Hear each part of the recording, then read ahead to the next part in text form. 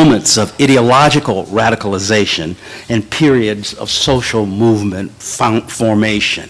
I mean, that's really what you're dealing with if you're talking about struggle in the 21st century, as well as trying to understand struggle in the 1960s. Mm-hmm. One last thing, Staunton Lynn, who had been a professor, Gwen is there, and was one of his students, at Spelman College in the 1960s, would become the director of the Freedom School program in Mississippi, what we actually formally call the coordinator of the Freedom School program. And Staunton is not simply a historian, but he's also an attorney, and he's also a labor activist, in particular in Youngstown, Ohio, where he lives now.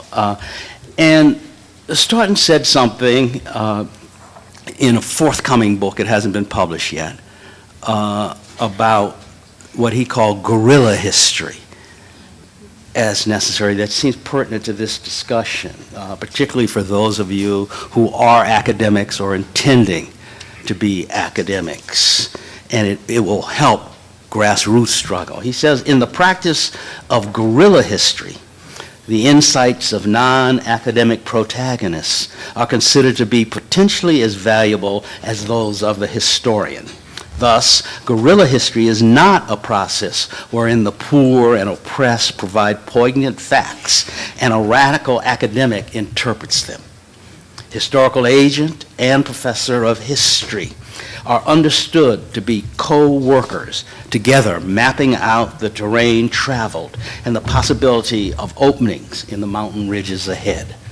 Staunton Lynn, you need to think about that. You know, as I said, as a writer and as somebody very concerned about the history, I've limited my response to your question to issues of history. There's a lot more to be discussed, but I'm more interested in sitting back now and hearing, you know, about your own thinking and planning for the struggle ahead. So thank you. So I'm a firm believer, and I kind of go across the country saying this, that the liberation of Black people is closely intertwined with the liberation of Latino people. And we know there's lots of overlap there. There are Black Latinos, Afro-Latinos, lots in there. And again, I've had the opportunity to see some of the most, I think, dynamic organizing in this country around young, undocumented people. And those, I personally believe that. And I've had the opportunity to be involved in that organizing. And so I want to move to Raina next, because I've seen you in action personally. And so Raina is a queer Chicago youth organizer, pro-immigrant rights activist, and student at UIC who's majoring in gender and women's studies. And the reason why I would like for you to talk a bit about what kind of movement do you actually want to see? Given the historical context of this being the 50th anniversary of the Mississippi Freedom Summer Project, and where you are now and where you're located in your work, what do you actually, what kind of movement do you seek?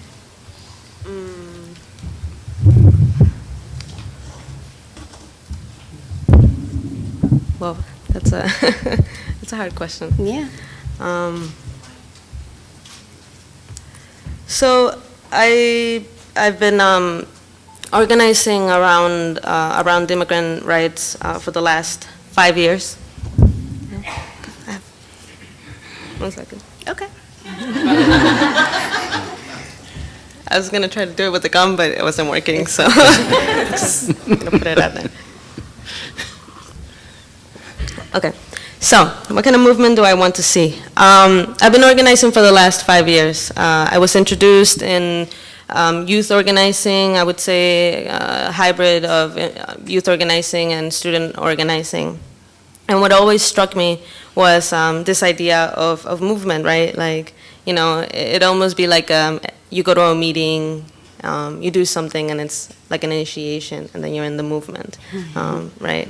So I feel like also the way that we talk about movement can be very elitist, right? Who comes in, who is not part of the movement. So in regards to that, I would like to see a movement where we expand from a definition that just revolves around unity, but also that we talk about the privileges that we all have. I think that one of the struggles in the organizing that I've been doing has been around figuring out where allies, quotation marks, fit in the movement, right? And I think that it's challenging because we have this broad idea of movement as like everyone included, but then there gets to a point where, you know, identities come in, and we have to pick and choose. And so I'm all for people that are directly affected being at the forefront of the movement, right? But with that, I think that comes a conversation around privilege, where we don't focus on how are you going to support me, but rather how does our privilege fit within the larger context of what's happening, both political and in society and all of that.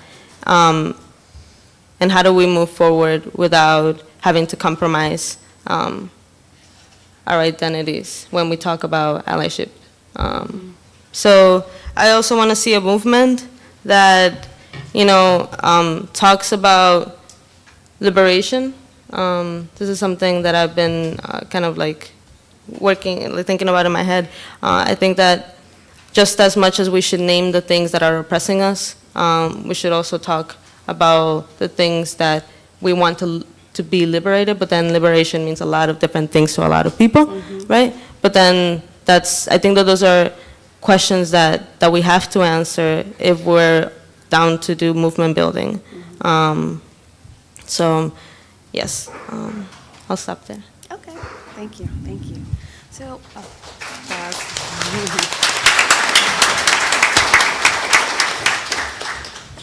So I would like to move to Marisa next. Marisa next. Marisa is with the National Day Labor Organizing Network, who I've also seen in action, and you all do amazing work, and oftentimes in spaces that many of us in the movement outside of the immigrant rights movement, outside the worker justice movement, aren't as familiar with. And so I'm wondering, and engaged with, I'm wondering for you and your experiences, how do silos show up? And if they do show up, what do you want to see changed? And is there an actual path towards changing that with the ultimate goal of being involved in the movement that you want to see us have? Cool. Can folks hear me okay? Hello, everybody. Well, first I just want to say, I don't often come to Chicago. This is I'll count it as my first official time because I've been a certain distance away from the airport.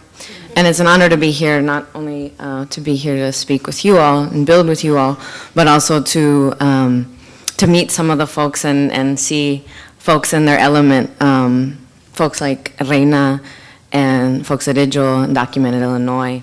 I think that some of the work we've been able to do around immigration enforcement in the last few years would not have been possible had it not been for the trust and the risk and the willingness to work with us. These folks in Chicago really have held it down.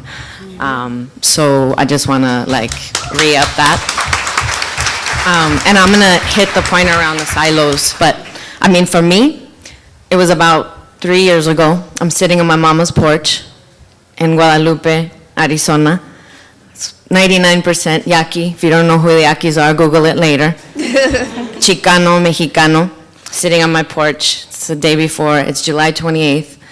And the day after SB 1070 was going to be implemented into law, and it was sunset and powder blue sky that blushes when the sun's going down. Really nice sunsets in Phoenix. There's a lot of bad things, but some good things. You should visit. And I was contemplating, after 10 years of organizing, domestic workers in different cities across the country, gentrification, around gentrification, housing, homelessness, around welfare issues, multiracial, just you name it, I've knocked that door. And I had come home to find myself.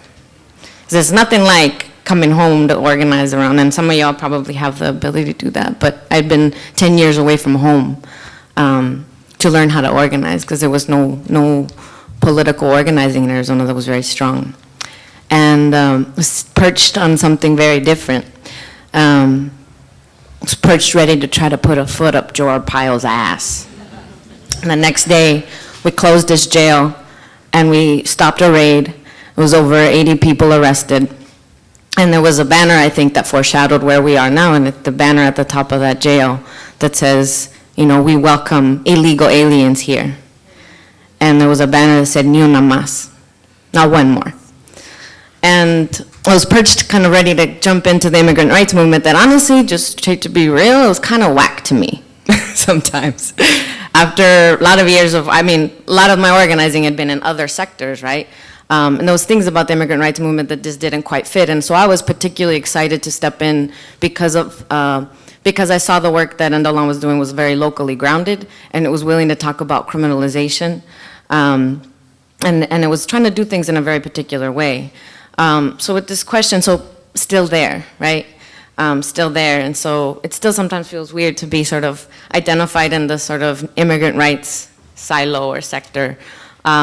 And I think the fundamental thing, I think the challenge with silos is that it's paralyzing. It's paralyzing in the sense of oftentimes the structures that we're working in are too slow and too weighed down with interests and responsibilities to forces that actually aren't the people we need to be listening to. But there's also a way where silos, I think the other side is that sometimes when we're talking from the left perspective, there's so many boxes you've got to hit for it to be revolutionary or liberatory, that's paralyzing too. And so to me, I would just offer the simple thing of we must be specific and we must be grounded. And that's about as revolutionary as we can get. If we start there, we'll go places. And I think that's been the seed that we've really tried to build this campaign around. Very quickly, we're facing a problem, record-breaking deportations. 96% of the people deported in this country are Latino. We've seen the devolution of civil federal immigration enforcement brought down to the local level in the hands of police, which we not so affectionately call the polimigra, right? More militarization of the border. And then just the human impact, right? Children who are without their parents or one of their parents. People who, upon committing a crime and having to face the criminal justice system, then are doubly punished through immigration. And just the simple feeling of so many people right now today are driving or walking or working or going to school with that feeling in their stomach or that feeling that comes up in your throat because there's a police officer behind you or someone's looking at you a particular way. And so we're facing a very big problem, and we've tried to approach it, with particular strategies. So some of the ways I think that we've tried to do that, I like the Talking Heads. My favorite song is "This Must Be the Place," and there's a lyric that says "Feet on the ground, head in the sky," and I think that's what we really tried to do with our work. So one of the building blocks of this campaign has been, we call it el uno por uno, one by one. So we've tried to say, we're calling for not one more deportation, which some people think is crazy, right? And how are we gonna do it? Well, we're fighting one by one. We're fighting because this person doesn't wanna, there's a local case here, Aníbal, a day labor, right? People mobilized and fought for him to be able to stay. And through that lens, that is the lens that actually explains it all. What is the cost? What are the conditions? How are people actually getting hemmed up? And then we're gonna beat it. And every time we beat it, that's another person that's gonna be getting into the struggle, their family, and they're ready to go. And so we've coupled like this uno por uno, very bread and butter, that oftentimes people are like, nah, that's too much work. A lot of organizations haven't been willing to take on that tactic. It's a lot of work, right? But it's built a momentum for us to be able to get to Pennsylvania Avenue, to where the President of the United States has to answer about deportations. It's been through the cases like Aníbal that have got us there. And we've coupled that with the slogan, not one more, or we're gonna shut down ICE. So it's feet on the ground, head on the sky, practical practical tactics, radical message, or vice versa, right? Little sweet and sour, right? The second thing I think is that we've tried to build this around relationship and trust. We haven't tried to build a coalition. Oftentimes, this is with the silo stuff, right? We build coalitions to check off the boxes. Let's get this group, let's get that group. And they're hollow boxes that get checked off that say solidarity, but it's actually not deeply felt. And so as a result, oftentimes those coalitions don't go anywhere because we're too busy structuring the structure and processing the process, right? Because at the end of the day, you're gonna do what you're gonna do, right? So let's instead build relationship, let's build trust. Because if we trust each other, you're going to tell me, nah, I'm not going to do that, right? And then we keep it moving, right? So we've really tried to build what our group that we've worked with, we call it the Grupo Duro. So it's like essentially the hardcores. And my formula, don't have a lot of criteria. It's basically political unity, generally, right? Practice, we work together, and ganas. Ganas means like I'm ready to go, right? And that's how we built this campaign. So we don't have a steering committee, coordinating committee, very nuanced, very fluid, because we've been able to need to do what we need to do because we're facing a monster. And we don't have the capacity, we don't have the resources. And so we've got to be able to move easily. And so I think, we haven't necessarily approached it from this position where we're gonna hit every box, right? And we're not interested in pursuing intersectionality or diversity for the sake of it. We're trying to win and we're trying to build. 3 ways I would just say we've tried to do that, and I think we've tried to be able to approach this from a way that is actually hitting some of those boxes, but from a deeper place. So we push back. We push back in the small town meetings, trainings, working with people, and oftentimes in the immigrant rights movement, we are not criminals. I'm not a criminal. Okay, well, who is, right? We push back on that. What's criminal is the system. Let's not talk about dividing each other, right? The second thing is in messaging. Just yesterday, we were like, the delaying, the Obama administration was gonna announce, changing some of the administration policies around deportation. And I was telling my colleague, B, we've got to be able to say something in the name of day laborers, but I also want to say something that speaks to Ramiro, who did a civil disobedience in Santa Ana, who strutted to that paddy wagon in stilettos. So we need to be able to speak to the day labor, and we also need to be speaking to Ramiro, right? And then the third is when we approach communities on a very local level, and in particular in regions and places where there's a lot of suspicion, there's a lot of like, who are you, national? Ugh. It's like, come in with respect, come in asking questions, come in listening, and fill the gap and support what's moving. And so that's how we've been able to build.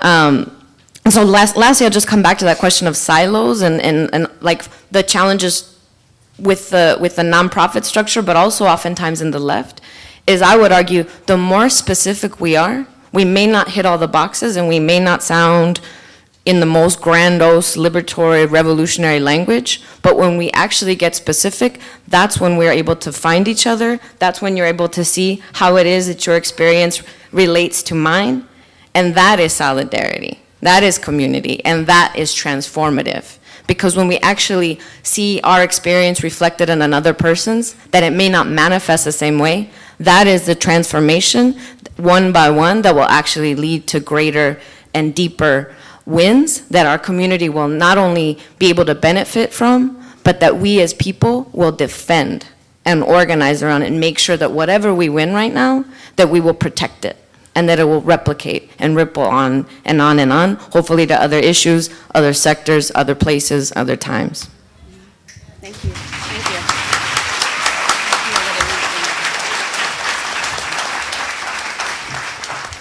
So next I'm going to move to Emery Right, who is currently who serves as the co-director of Project South. And I would love if you could talk a little bit about what the work of Project South is and speak to the question of there's this idea that I've heard, or not idea, but this belief that there's a particular thing to Southern organizing, or there's a culture of Southern organizing, and you're doing this in 2014 in many ways in the footsteps or the legacy of what happened in 1964 and prior to that. So what does that mean to your work and the kind of movement that you seek to build or you like to see in the South? All right. Well, greetings, everybody. My name is Emery Right, and I'm really thrilled. I've been excited for this week and thrilled to be here with you all. Part of the reason I'm really was excited to come and looking out to the audience and hearing the discussions already, what excites me about this space is it really feels like a convergence of freedom dreaming. And so we have artists and activists and intellectuals, organizers, movement people, all here in the room right now who don't always get time to talk to each other and who are actually here in Chicago, I think, at a really, really important time for the social movements in this country. So in that regard, I want to really thank and give respect and appreciation to Barbara Ransby, to Bree McFadden, the planning committee, all the people whose names I might not know who made this this gathering happen. And I also want to bring greetings from Project South, and I'm from Atlanta, Georgia. That's my home, and that's where I work. Project South was founded in 1986, and so we've been doing movement work primarily in the South since that time, and we're a membership organization. So I bring you greetings and respect, and are speaking to try to represent the work of our members, of our partners, and of all the communities that we're in struggle with.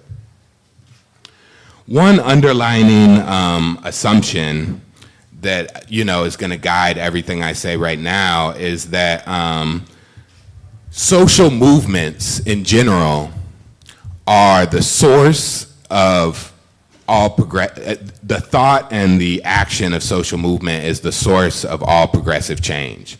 And it's also the potential vehicle that is going to lead to our collective liberation as oppressed people here in this country and globally. And so based on that assumption, I want to talk a little bit about the work that we're doing in the South. And it's true that we do see ourselves as part of a legacy and a tradition and a historical continuum. And the beautiful thing about that is I think that that's true. I'm speaking from limited experience, but I think that that's true in every part of the world. There's always a movement history, no matter where we are. We might be here in Chicago, we could be in Boston, we could be in,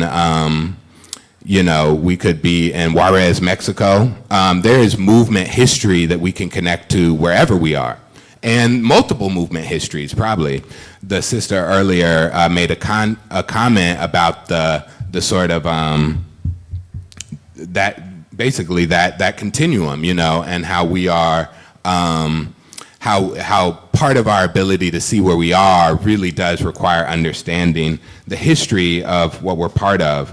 But also, to Marissa's point, it's also very important because it offers us that genuine specificity that we need to be connecting to. So for example, we see a Southern freedom movement that Charlie Cobb mentioned as having its roots in a global anti-colonial, anti-imperialist struggle against the enslavement of African people and the attempted genocide of indigenous people in this hemisphere. And so the very first efforts of movement work in the South were contending with either the realities of slavery or the realities of attempted genocide of Native people. And so if that is where our tradition has at least a huge benchmark that we're building from, where is that stuff playing out today? Where is the colonial process, today?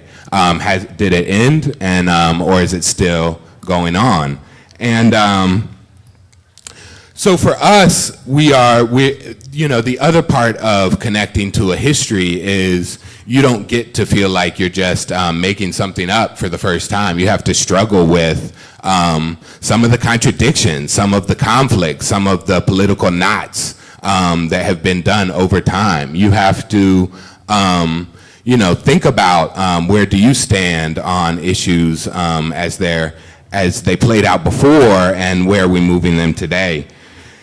At Project South, one of the big things that we're doing right now is playing a facilitation role, really, in bringing together forces in the South who are all in struggle in a specific way, in a grounded way, based on whatever the struggle it is they're naming, and bringing us together to talk about really 3 elements. And so this process is called the Southern Movement Assembly. And the elements we're looking at within the Southern Movement Assembly is movement governance. How do we make decisions as social movements? I know we've heard about the Student Nonviolent Coordinating Committee, which we see as a big part of our legacy and tradition that we're drawing from. The COFO, had an element of movement governance to it. There's history that we can look at in terms of how we govern, how we make decisions, how we democratically, with a radical democratic vision, say, regardless of what is being done to us, what is it that we're going to do? What's a strategy we're going to build, and how are we going to move that forward? So we've been dealing a lot with movement governance. We've also been dealing a lot with movement communications. And so in terms of a point earlier about a lot of the news is more about what's left out, how is this impacting our consciousness, and how is this impacting the potential to develop strong social movements? Because another assumption that we're working from is that social movement is always around. It might be very powerful, it might be very organized, or it could be very fragmented, and it might not even be self-aware. But it's always there. It's always possible to regenerate it. And so we don't see what we're doing as trying to copy what's been done in the past, or try to do over something that's been done before.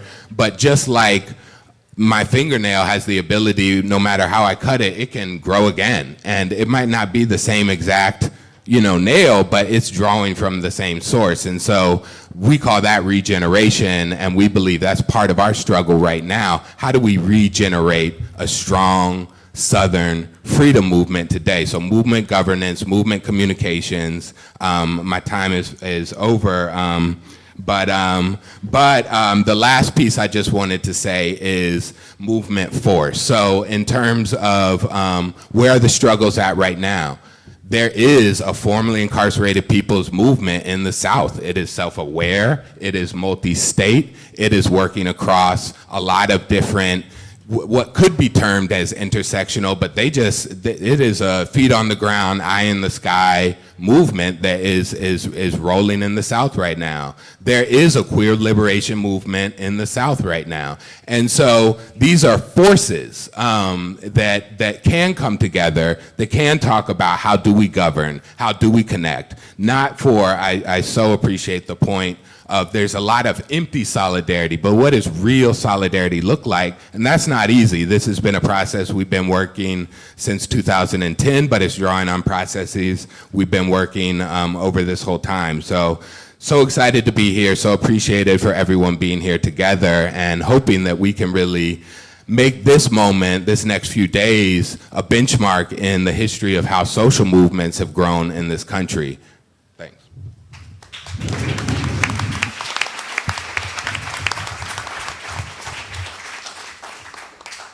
So I saved, I wanted to go to Lena last for a couple of reasons.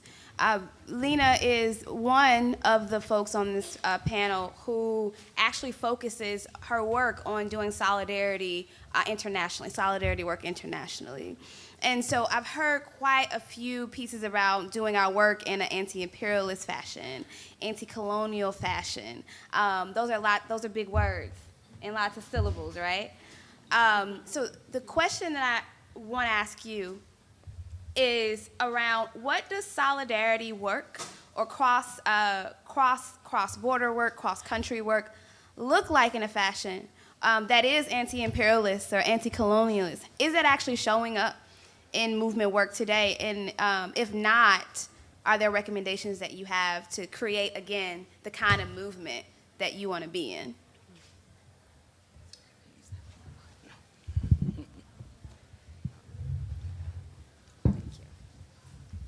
Can you all hear me?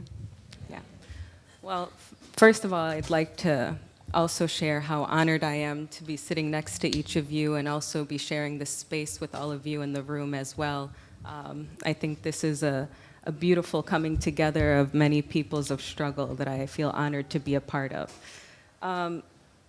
If it's all right, I'm going to probably just use a little bit of an anecdote of how I got started as an organizer. I was born on the southwest side of Chicago, Palestinian American, and people presume if you come from a family of activists and folks who are part of the liberation struggle of Palestine that you automatically have a political analysis. And I fortunately had the chance to grow up and have the transformative experience of participating in something that was modeled off of Freedom Summer called the Summer Liberation Institute at the Southwest Youth Collaborative on the Southwest Side. I think it was my first year in high school that I had the chance to do that. And the organizers of it, one of them, Jeremy LaHood, who's a brilliant organizer now based in California, who I wish could be here with us because he's really a visionary, really modeled what you're talking about in terms of how do we build movements that are built and steeped in solidarity. And I think the foundation of that, of how I was able to develop that understanding, was the fact that we were taught and practiced and learned the history of each of our struggles, as you were talking about what does it mean to understand the history and the context of where we come from. But more so, which I think everyone alluded to, we developed a critical analysis. We were given, and through our experience and our relationships with each other, Black, Latino, Arab, mostly poor and working class, what is a structural and systemic analysis and understanding of what our reality is and how that shares across each of our communities and struggles. And without that foundation of a critical analysis, I think it's almost impossible to have a liberatory movement that's steeped in solidarity and liberation. And so from there, I guess, having that analysis that was developed, which did not necessarily come out of the fact that I was the daughter of refugees or had political prisoners in my family who are struggling, but it was an intentional development that was done through popular education, through hip-hop, poetry, done in ways in which centered youth and understanding that youth must be at the forefront of every struggle, and not just any youth. Youth who are not only directly impacted, but understanding the class dynamic of what's happening. So while I'm honored to be in this space with each of you, I'm thinking about how many young people from our streets could be either at this table or be sharing with us in this conversation, whose experiences could really, not just their experiences, but their insights to what struggle and liberation could mean.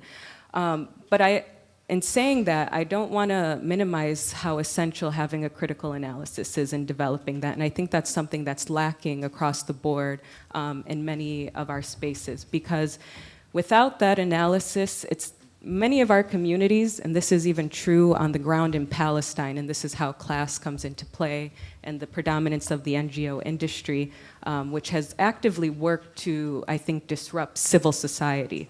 And when I say that, I'm talking about how do we have civil society, communities that have values and principles that are committed to justice and social change beyond the spaces and structures, of course, funding, grants, et cetera.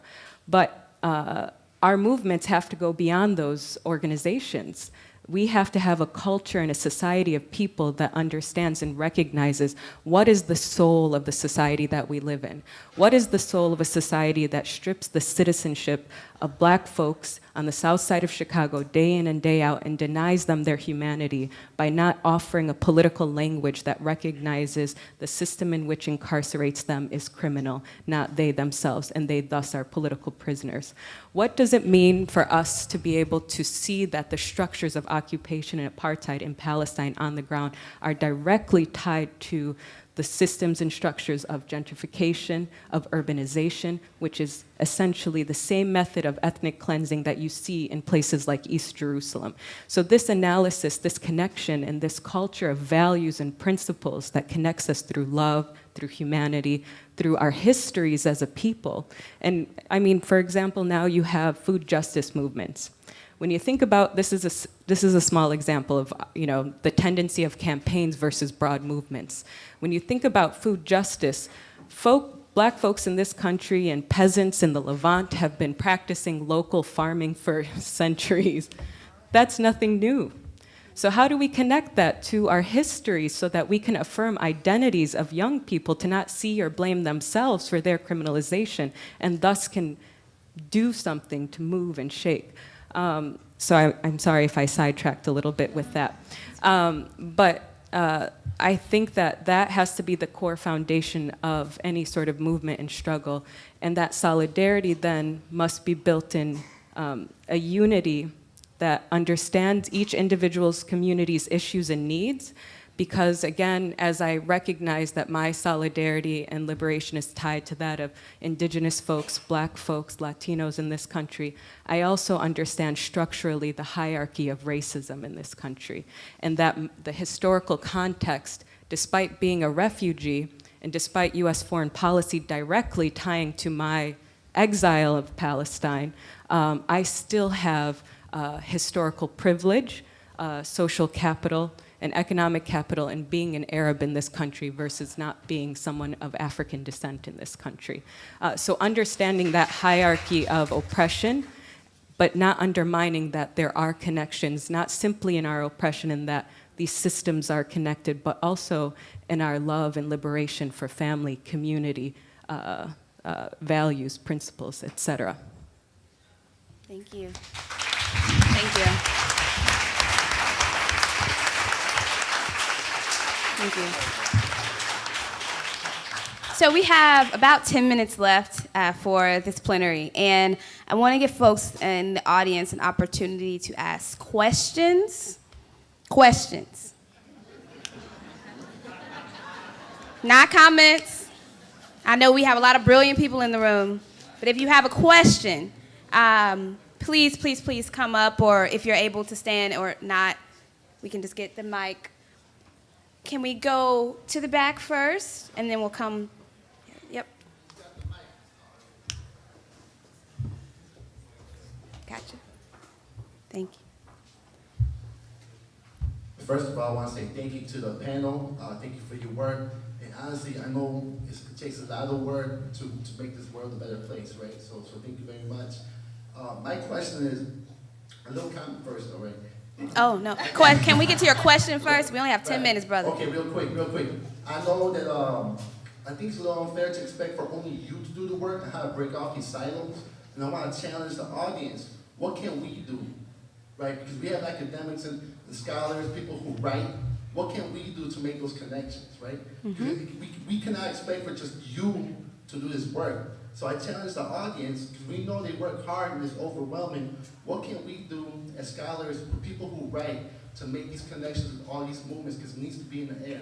That's a great question. From different angles, so that's my question. That's a great question. And I'm going to, if we can get the question back there as well, and we can get them all together. Yep. One moment. Yep.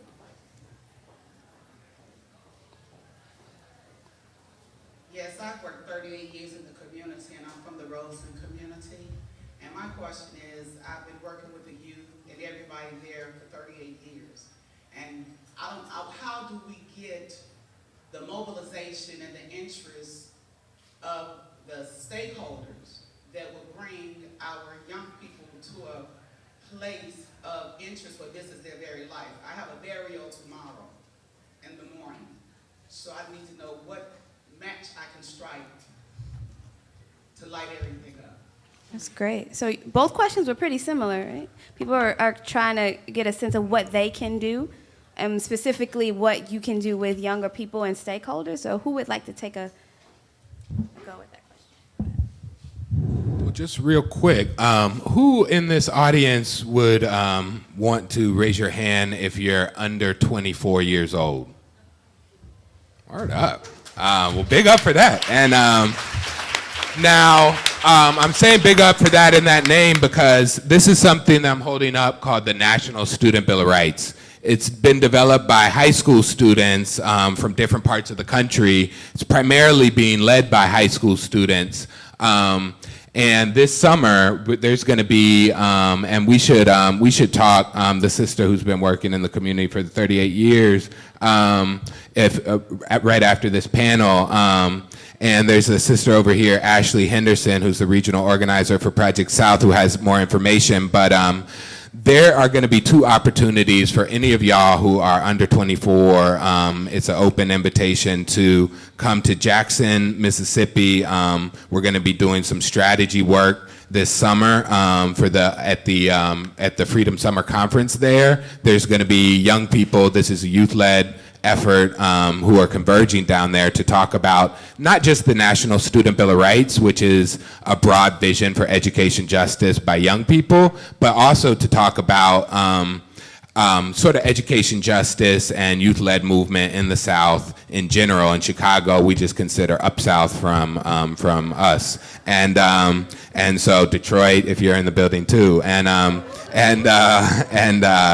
and so also, but even probably more critical is coming down to this youth assembly that we're going to be holding in Jacksonville, Florida, and that's going to be on July 25th through the 28th. A sister who leads the New Jim Crow movement in Jacksonville, Florida, Alita, is going to be, the New Jim Crow movement, rather, is going to be anchoring this Standing Our Ground Week. Sister Song is going to be doing a national convergence down there. There's also going to be a youth assembly down there to develop a plan of action. And so Ashley, for anybody in the crowd, 24 above or under or whatever, could talk to her about some of that. And so, I think, I know that's not a complete answer, but I would love to talk to you more after the panel. And so we're here in Chicago, the Black Youth Project 100, and I would love to connect with you directly. We have a training on Saturday for Black Youth Movement Building, and would love to have some of your young people come if that's possible. But as an organizer, one, like, the onus is not necessarily on you to do that. You have to find other people, other young people, to be involved in that organizing work. And fortunately, we have some good people in Chicago and in this room doing that. So we'd love to talk to you later about that. Anybody else want to answer that? I just want to say a quick note about part of what I was speaking to, and this goes to the framing and language and naming, which is, I think, so much of our struggle in the U.S. because we don't have the same political framework and language for the struggles that a lot of our young people face. And I think a lot of the work that Reina and that Marisa are doing is exactly that in many ways. But I think, when we lose our young people, because we've lost, when I think about the numbers here versus, and I hate to do this because it's not a comparison, it's all part of the same struggle and structure, but I think of this young person, regardless of why they died, as a martyr. And I think framing that and honoring that for the other young people to say that they died for a reason because of who they were and where they came from. And that their spirit and legacy will continue on by using hopefully forms of, whether it's art, forms of resistance that affirm other young people in uplifting that young person's spirit and legacy, and in the process can develop a political analysis and hopefully mechanisms for how to organize and channel a lot of that pain and trauma and anger, et cetera, but also affirm their identities. Thank you. So your question, is there anyone over in this, one person here? We'll do those together. We'll try to get you. Thank you to the panel. I'm Kamaini, coming without the borders from India. And my question to you is that where in India we're having a debate, I mean, we have a problem with this whole concept of civil rights. How do you define civil rights? And we are looking at a larger concept of human rights, like just comparing with India, that we had an independence movement, you know, and the civil and uncivil word. And secondly, who do we define civil society? Who is civil society? Who do you exclude? Who do you include? And being a part of various movements in India, the conflict of interest within the movements where the power hierarchy of NGOs is seeping into movements. So, That's a great question. I would like your comment on that. That's a big one. I'm sure some folks have written dissertations on that in this room. Hello, my name is Lucretia Burks. I'm from Chicago. I'm 24. My question is a little not connected. It's about education, kind of getting to what the gentleman was saying back there.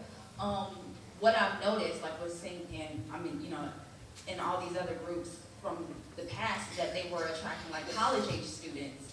And this is kind of where movements happen, right, in these institutions. But what I think that there's lacking is an education component for like middle school or high school students. Like there's this like you go to college to get like to re-educate yourself on all those things that have happened before. Like I think that we're losing our kids because we're not educating them quicker and sooner. So like how do we connect our movements to our public schools or our institutions? Okay, thank you. So, who would like to? And I apologize. We have to wrap this up, so these will be our last questions. Anybody? Well, I'll be real quick. First, I know more about Africa than I know about India, but there's similarities. And if you look at the emergence of civil society in Africa in places like Angola, Congo, and whatnot, you know, that civil society movements really took shape right down on the ground. It's not really something that can be organized or structured outside of that. So there was in Angola, for instance, not just dissatisfaction with an extremely corrupt government, but, I'm sorry. Oh, I'm sorry. In Angola, there was not only dissatisfaction with an extremely corrupt and venal government, there was also dissatisfaction with the NGOs and their relationship to the national entities, mainly American, and to a lesser extent British, and that they were attached to. And there were specific incidents, which we don't have nearly enough time to go into here, that led to their emergence with such strength that even the Angolan government couldn't ignore them. I don't know whether how that's replicated in some other place. The only lesson I draw from it, that civil society is born on the ground in places around the idea of people saying, this is the kind of society we want, and this is the action we're prepared to take to get the society that we want. I wanted to answer your question, Lucretia. So I think that, and we're working together, right? And I ask myself this question when I go into the space where I'm, supposed to give a training based on what some probably white person wrote, without really being connected to what's going on the ground. And so they expect us to teach this material, right, step by step. And as a trainer, I think that one of the things that has been really challenging has been kind of like navigating the system and acknowledging that this is what is giving me access to working with these people, right, youth in quotation marks. Because I think that, yes, I agree that we're losing people. We're losing people in terms of getting them involved. But I also think part of it is that I don't know that we can, how do you teach critical thinking? Like, I think that people know what's going on, right? They just have different names for it. We experience it in different ways. So the involvement of young people in the movement, I think is very based upon how they see themselves connected to the larger, fight. And in that, it also goes to like back to the question of like what can the academia do? Oftentimes, you're right. Like, I had to come to UIC to be able to make the connections that